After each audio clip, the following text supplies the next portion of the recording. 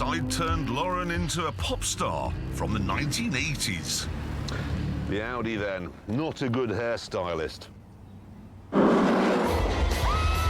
Sadly, our attempts to see if the Porsche was any better ended prematurely. My eye. No, listen, a bee went in it. The thing in my nose has a face. So there we are. Set off for a weekend away with your wife in either of these cars, and you'll arrive blind and with Bonnie Tyler in the passenger seat. Naming a winner then between these two cars is not that easy because, frankly, they both lose. Nothing I can say, it's over the eclipse of the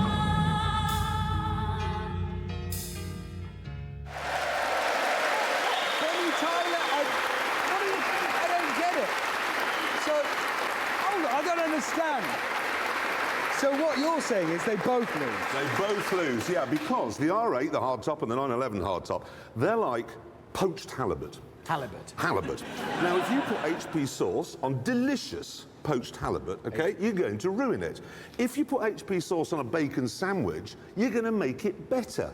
You are quite odd, you know that. It makes perfect sense. Yeah, I think I sort of know what you're getting at, because if you take the roof off an ordinary car, like a Peugeot or a BMW 1 Series or something, no harm done. Absolutely. And if anything, you make it a bit better because there's a bit of drama. Quite. But with serious performance cars... Halibut.